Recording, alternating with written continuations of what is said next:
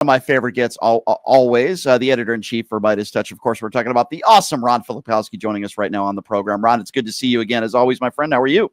Good to see you. Pretty funky shirt you got on there today. Oh, thank you. Yeah, I'm in like the Thanksgiving dance mood today. Yeah. Ron, so I wanted to start off by asking you this. Do you know anything about this? CNN reported like a few moments ago that they said that the Trump administration might have a new health care plan and an extension to the Affordable Care Act and the subsidies. And then literally 3 minutes later, apparently the Trump administration says, oh, wait, we're going to hold off on this. Do you know anything about this? Because I guess this just happened like 15, 20 minutes ago. Yeah, I saw whenever they think that something could anger their base, they will always float something out there and leak it out, and see kind of what the reaction is. They did that on this, and the reaction was really bad from Republicans in Congress, even mostly the hardcore conservatives. They didn't like the idea. They thought it was terrible. What they want to do is tear up Obamacare or the ACA and create something entirely new, entirely market-based.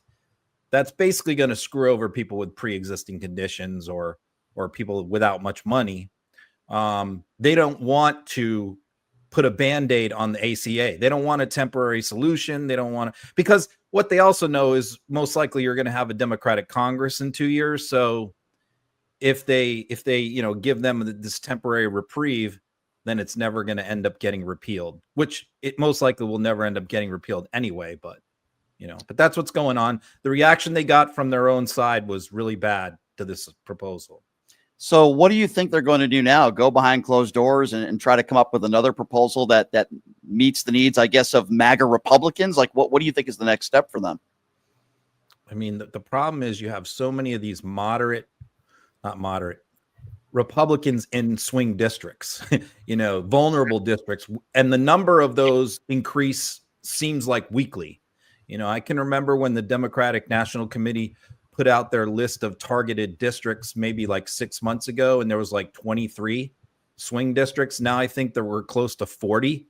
And that means like places where they think they have a legit chance to win and they're going to put a lot of money in. So the problem is you have all of those Republicans in those districts that are vulnerable, and they're seeing these ACA subsidies going to expire in a month. Mm-hmm. And a lot of those people are in their district, and along with the Medicare cuts, Medicaid cuts, it's just going to create havoc for the midterms for them. So you really, this fight is sort of inside the Republican Party between the hardcore conservatives who want to repeal Obamacare, always have wanted to repeal Obamacare, and want a market-based plan with minimal involvement of the government. Right. And then you have the swing district Republicans who realize that if they do that, they're likely going to be voted out. Right. Well, time will tell. We will see what happens next, but I think the Republicans are in a tough spot here. I wanted to ask you about Donald Trump and his retweets over the weekend, reposting from supposed alleged American MAGA supporters, but then it turns out that these were actual foreigners just posing as MAGA supporters. Tell us a little bit about this. Yeah, I mean, this is actually a good feature that Musk put in just this weekend, which, he's probably done two things that have been good since he took over. The community notes thing, I think, has been good. And although I wish that like when you would get like 100 community notes, maybe you'd get a week suspension or something. But we just keep community noting the same people over and over again for posting lies, and nothing ever happens to them. So that's the only tweak I would make to that, which will never happen. Good point. But then this other thing, which is like you can click on their if you click on the date where they signed up for X, you will then see where the account originated from. And then, so if you're seeing at the bottom where it says this may not be accurate, I don't know the exact words of it, that means they're using a VPN. They're paying money to hide where they're posting from. So if you see that, it's a foreign person. So yeah, Trump over the weekend posted 4 of those people that are one was in Africa, which was funny because he was basically, his post was like, Ilhan Omar should be sent back to Africa. and it was like MAGA Patriot, and MAGA Patriot is in Africa, of all places. And then another one was in like Southeast Asia, and then the other two were hiding their location using a VPN. So yeah, I mean, Trump has continuously posted all these fringe weirdo nutball accounts that say all this crazy shit over there on Truth Social, and now we're learning that a big chunk of them are not even American.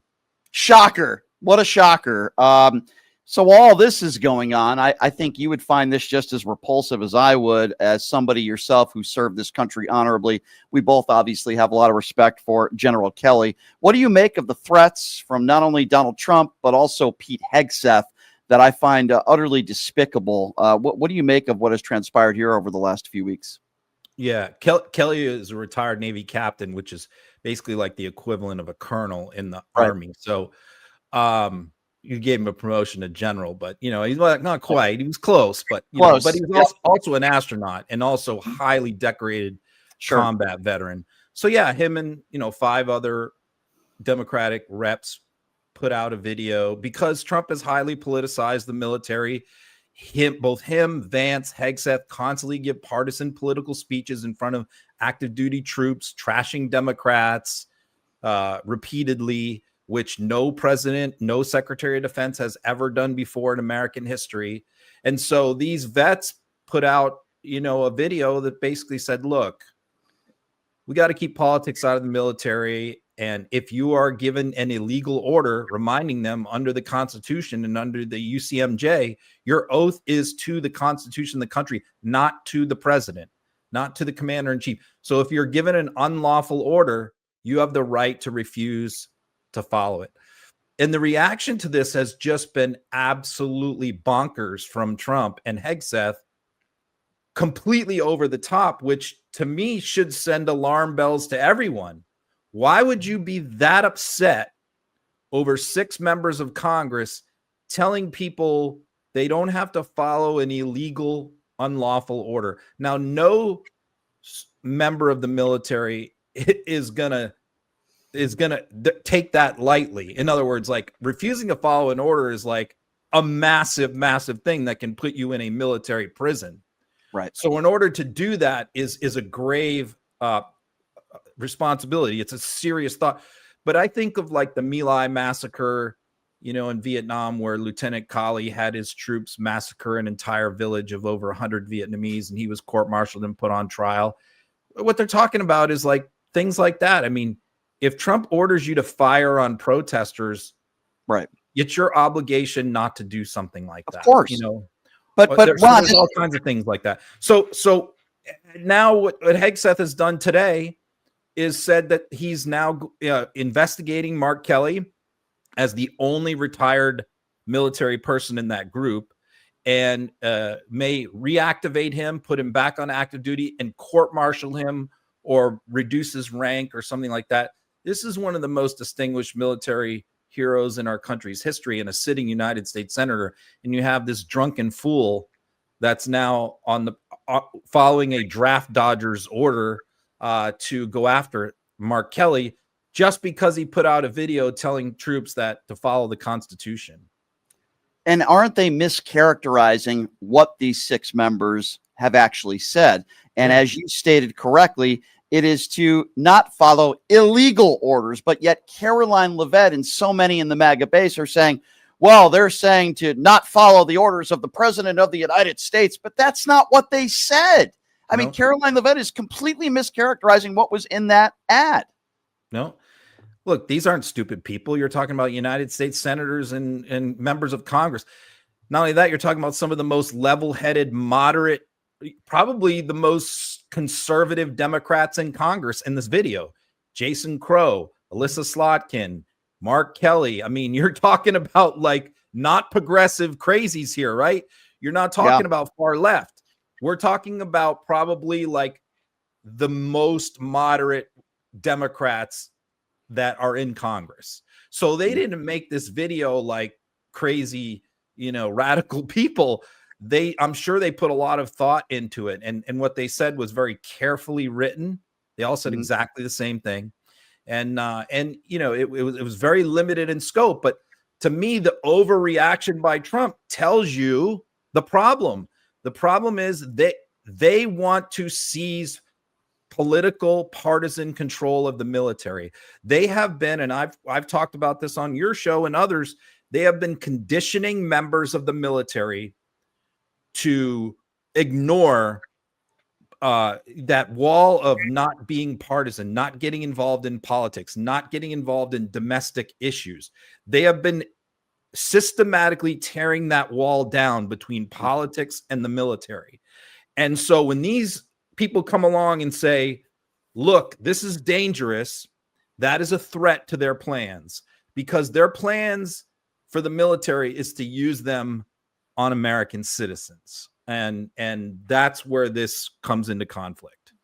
Just absolutely despicable. I wanted to ask you a little bit about James Comey. It appears as though the case has been dismissed. I think a lot of us probably saw this coming, but again, making the Trump administration look foolish for Trump going after his enemies. Once again, what do you make of this? Yeah, I mean, it just goes to show you the incompetence in the ham-fisted way that they do everything.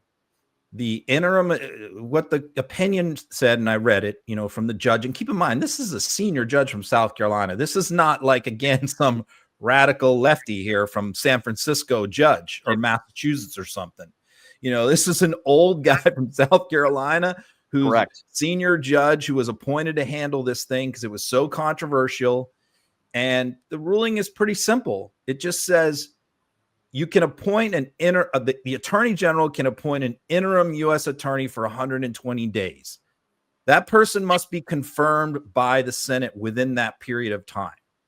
So the interim that was appointed, Siebert, resigned in protest because he refused to bring these indictments. And his 120-day appointment expired. And after it expired, Halligan was appointed by the attorney general again, which is illegal. You can't do it. You can't just keep reappointing interims. You get one interim, 120 days, and that's it. If you can't get that person confirmed, then it remains an open, vacant seat until you can get someone confirmed. You can't put somebody in there, a second interim, to start doing grand juries and indicting the former attorney general. So that's what they did. He threw it out. So the kicker is a sort of devil in the details here is he did it without prejudice. What that means is that if Trump eventually gets a properly confirmed appointed U.S. attorney in that district, which would take months, by the way, that person can then seek to reopen the cases and reindict them. But the problem is the statute of limitations has expired in the Comey case. So there's no way he can be reindicted. He is, as long as this ruling stands, he's home free. Letitia James could possibly be reindicted in the spring. Right. Yeah, just a complete waste of time and a waste of taxpayer dollars so Donald Trump could go after his enemies at retribution. I wanted to, if you're just joining us, Ron Filipkowski, editor-in-chief at Midas Touch. I wanted to get your reaction to Marjorie Taylor Greene. I don't think I had the opportunity yet to ask you about this. Of course, she is retiring, stepping down, whatever word you want to use, Ron. And I looked up how much money she's made since she got into office. I find that to be a very peculiar, whether it's stock trading and stocks and you name it. But I'm not surprised at this. Are you surprised at this? I know at times you've talked to her. You've talked to her boyfriend, Brian Glenn. Did you see this coming and any shock to you? Yeah, I talked to Brian that night, actually, after about 2 hours after she resigned. And yeah, I mean, like I was surprised because it was my opinion that she does have high ambitions for higher office, but I think that she's probably done the calculus that her future and whatever she wants to do politically, she can approach it better outside the house than inside the house, I guess is so. I think also all the threats and the thing is, like, people don't realize, as bad as MAGA is attacking people who are against them, and you know how vicious they are, sure, with the death threats, and I've gotten many of them. You have, I'm sure, too. Yep. We all do, but you have to realize that, like, when you're one of them and you are on the outs and Trump is directly going after you personally, it's much worse. It's much worse than even for us, because now you're a traitor. So they're getting what like Kinzinger got, what Green is getting what Kinzinger got, what Liz Cheney got. Traitors are worse, than people on the left that attack them. They reserve their worst venom for people that they consider traitors, and now she's in that category.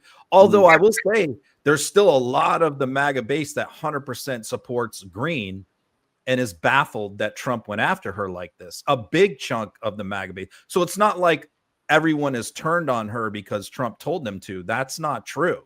But I think that she wanted to sort of turn some of that off, decompress, get away from the house for a while, because she's a lone wolf. She would have been ostracized. She's correct. She would have gotten nothing done in the house other than get a hard time.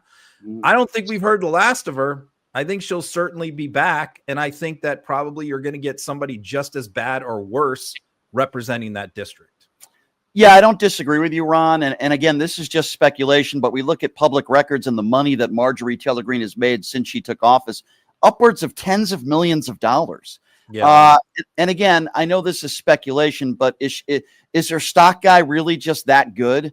I find that really hard to believe. I mean, do you have any thoughts on this? I know it's speculation, but oh no, I mean, she's very lucky in the stock market, right? I mean, she inherited her dad's construction company. Her dad died of cancer a couple years ago, and her husband also had a construction company, which I think she got, a chunk of in the divorce. So she inherited, some money, certainly not a ton, but some. And I know she was like the office manager, general manager for the business, both of their businesses.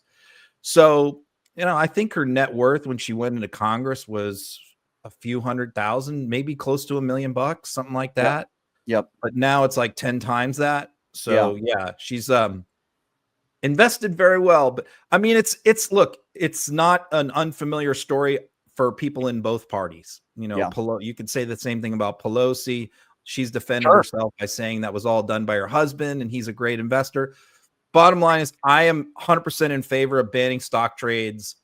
I don't think that the leadership of the Senate or the House is going to get behind it. It's going to have to be pushed forward by some sort of discharge petition, just like Epstein, which is another reason why Mike Johnson wants to kill discharge petitions, is because this is going to be the next thing, is the banning the stock trades is the next thing after Epstein. That's going to be tried. When I say discharge petition, that means something that can be forced to the floor by rank and file members, a majority of them, and go around the leadership, which is very rare, but happened with Epstein. And I think it's going to happen with stock trades. Yeah. And I completely agree with you. It's happened on both sides. I don't believe Nancy Pelosi any more than I would believe Marjorie Taylor Greene. I couldn't agree with you more on that. A couple more quick questions for you, Ron. Appreciate the time.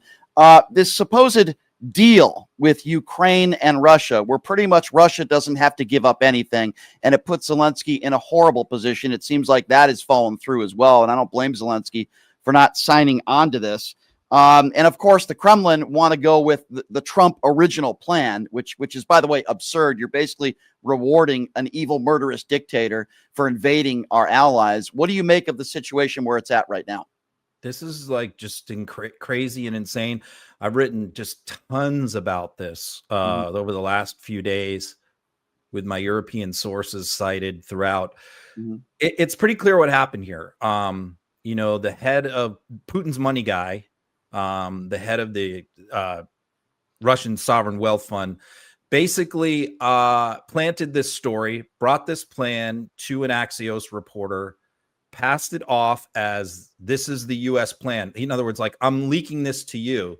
This is going to be the U.S. peace proposal, when in fact it wasn't. It came from the Russians. I guess to verify that, as far as Axios goes, Witkoff had signed off on it, that it was supposedly going to be the U.S. plan, but Witkoff is a Russian stooge. So the plan gets published, and immediately there's this huge backlash and firestorm, not only from Ukraine and Europe, but also Republican members of Congress who are pro-Ukraine went nuts. And then Rubio meets with several of the heads of the committees in Congress and says, oh, no, privately, and tells them, oh, no, this is not our plan. It's not really, this isn't us. I don't know what happened here, you know, blah, blah, blah. And then they gave a press conference and said what Rubio told them. Then Trump goes nuts because they are made to look like fools. And then Rubio comes back a few hours later and says, oh, actually, it is our plan. But it turns out it's not their plan. So apparently where we're at right now is Rubio has convinced the Trump administration to abandon this Russian plan, and so has Republican members of Congress, to come up with a new plan that is being backed by Europe, which Putin said today, absolutely not. So in other words, we are right back where we started a couple weeks ago, after we look like complete ass clowns on the world stage once again, with an administration that doesn't know what they're doing. The other reporting is Trump never saw this plan at all. Rubio never saw this plan at all before it was made public. So you have people like Witkoff and other and Vance and other pro-Russia people in the administration running over here doing one thing. And then you have the other ones who want to sort of help out Ukraine doing something completely different, and neither one is talking to each other or knows what each other's doing. And Trump is completely in the dark. He just wants some kind of deal so he can get his Nobel Peace Prize. What a shocker. I hope he certainly never gets that. On a lighthearted note, Ron, before I let you go, kind of a two-part question. So I'm at the F1 races over the weekend, and all of a sudden, Kristi Noem and Kash Patel show up here, taking a little tour. And I'm thinking to myself, why are they in Las Vegas? What are they doing that is work-related? Nothing.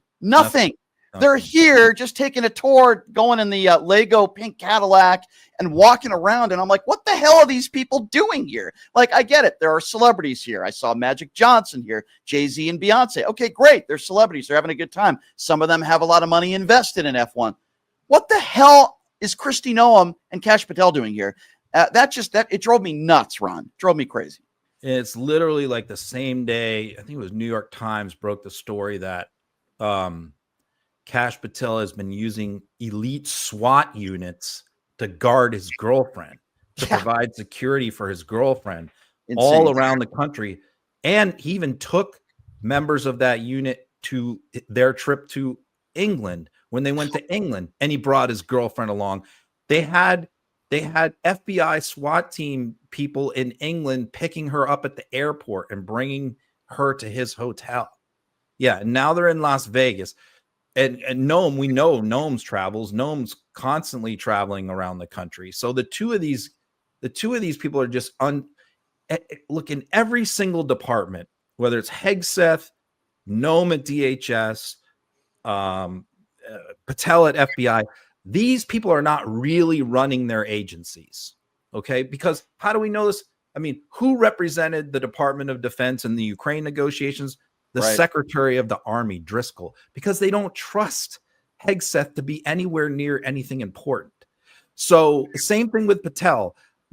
All the reporting is the FBI higher-ups are very happy to have Patel running around the country having a good time, because then he can't screw things up inside the agency. If he's out there partying and having a good time, they're almost happy. Same thing with Noem. Like Noem it's not running the day-to-day operations of DA. So you have these clowns, these performative figures out there having a party on taxpayer dollars, handing out swag, doing photo shoots, putting out their Instagram videos. And then, their underlings are the ones that are actually running the agencies. But again, it just makes us look like an unserious country. While you're taking food stamps away from Americans that need it and healthcare, it's so sickening to me. Last quick question. By the way, what was Trump doing this Saturday? Looking at the military golf courses in Maryland, and he's bringing in Jack Nicklaus, hiring him to redo the golf courses at Andrews in Maryland. So the courses there will be nicer for him. That's what Trump was doing on Saturday. Yeah, really working hard for the American people. And don't even get me started with Jack Nicklaus. Don't even get me started on how disappointed I am at him. But that's another story for another show. Speaking of performative, I have to ask you about real quick. Two sports legends who have wrecked their legacy in recent years: Bill Belichick and Jack Nicklaus. Right? Yes. Not to mention, Not to mention Bill Belichick is so different now than it was a few years ago. You know, Bill Belichick's girlfriend is about what 60 years younger than him too. That if that's not bizarre, I don't know what is. And then Jack Nicklaus, who I've always had so much respect for, he and his wife, and the way he's coddled Donald Trump and made excuses for Donald Trump. But you know, there's a lot of people that are, you know, middle-aged or older white men that are, you know, golfers or wealthy people that have a lot of money, and they still support Donald Trump. So I guess I shouldn't be surprised, right? Yeah. I have to ask you one more question, this one about Melania. And speaking of performative, the word that you just used, what did you make of Melania taking that weird photo op today in front of a Christmas tree? We have her on recordings, as you've heard in the past, of her kind of mocking Christmas to an extent. What did you make of that? It just looked so forced and so just weird. What did you make of that today? Everything she does is that way. I mean, I've probably watched every one of her public events for the last 5 years since they left the White House. A lot of them are at Mar-a-Lago. I watched her do a few different things with the gay Republican group, with the swearing in some immigrant ceremony, like everything she does is very awkward, very forced. You're sounding like your sex life, Ron. Like, I don't want to make fun of like people who, you know, I'm not trying to make fun of people who can't speak English, but how long has she been in this country, married to an American with an American son? Like 30 years, and she still can't speak English. You know, she reads everything. Her vocabulary is like 12 words. I mean, you would think like after 30 years, you would learn the language of the country that you're surrounded by.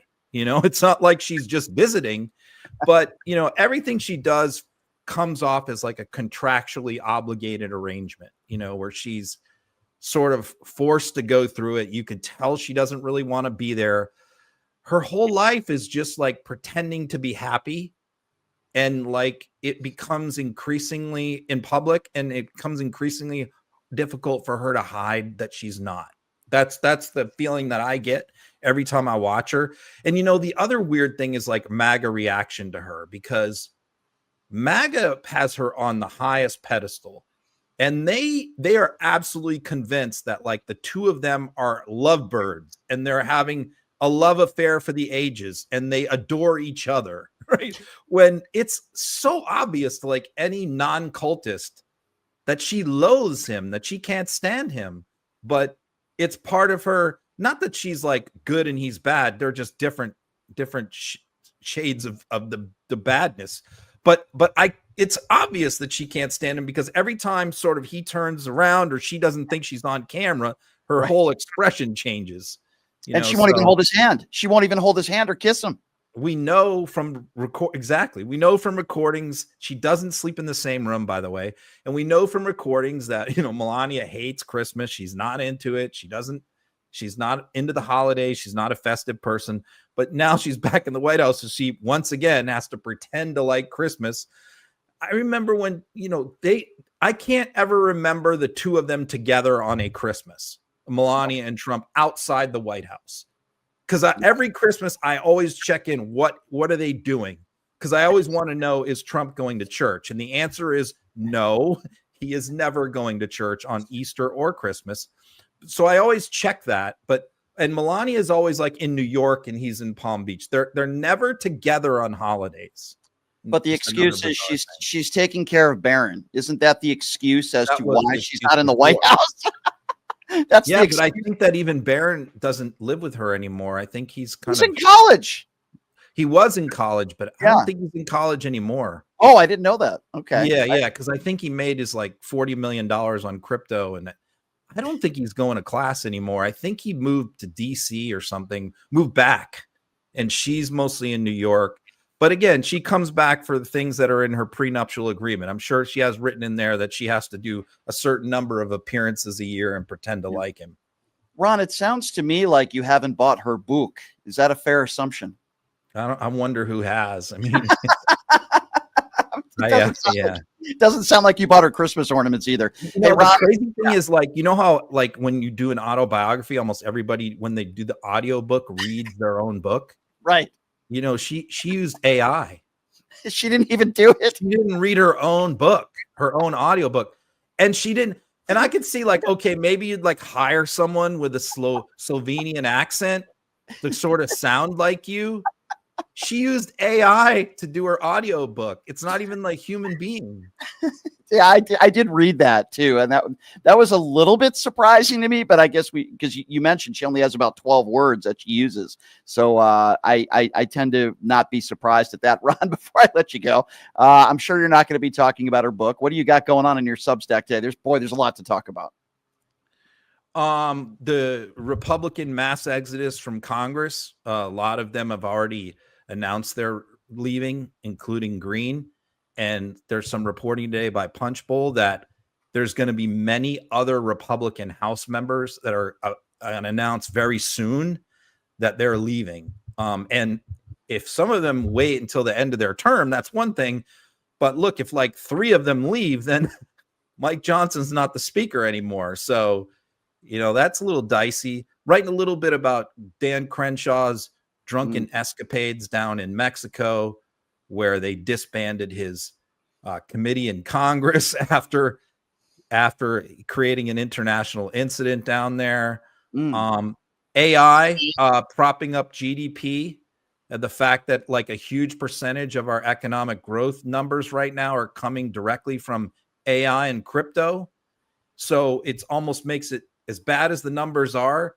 So most of those numbers are being propped up by like a handful of people that are making gajillions of dollars, right, while everybody else is going under.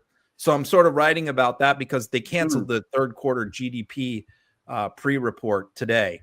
And this comes hours after the Wall Street Journal ran a headline saying if third quarter GDP growth is bad, that could hurt the AI industry. So nice. Different things like that, whole bunch of different stuff. Can't wait to read it. It's funny, quickly, you just mentioned Dan Crenshaw. I did the Piers Morgan show the other day. I was right after Dan Crenshaw, where Dan had told Piers Morgan, quote, "This is the most transparent administration of our lifetime." And I just trashed him for that. I couldn't believe he actually made that comment, but I guess we really shouldn't be surprised. Another two-faced phony. You're not one of those people. Ron, you're one of the best in the business. If I don't talk to you before Thanksgiving, I hope you have a great Thanksgiving and holiday for you and your family. Always appreciate the time, my friend, and we will catch up with you next week. Appreciate it, as always. Same to you. Thanks, Ron. Have a good one. Ron Filipkowski, everybody. God, I love talking to him. He is the best. I learned so much from this guy, and so smart. I mean, how many topics did we just cover? I feel like we just covered like 10 topics in like a 25-minute interview. So concise, so to the point. Ron is one of the best, if not the best in the business. I love Ron.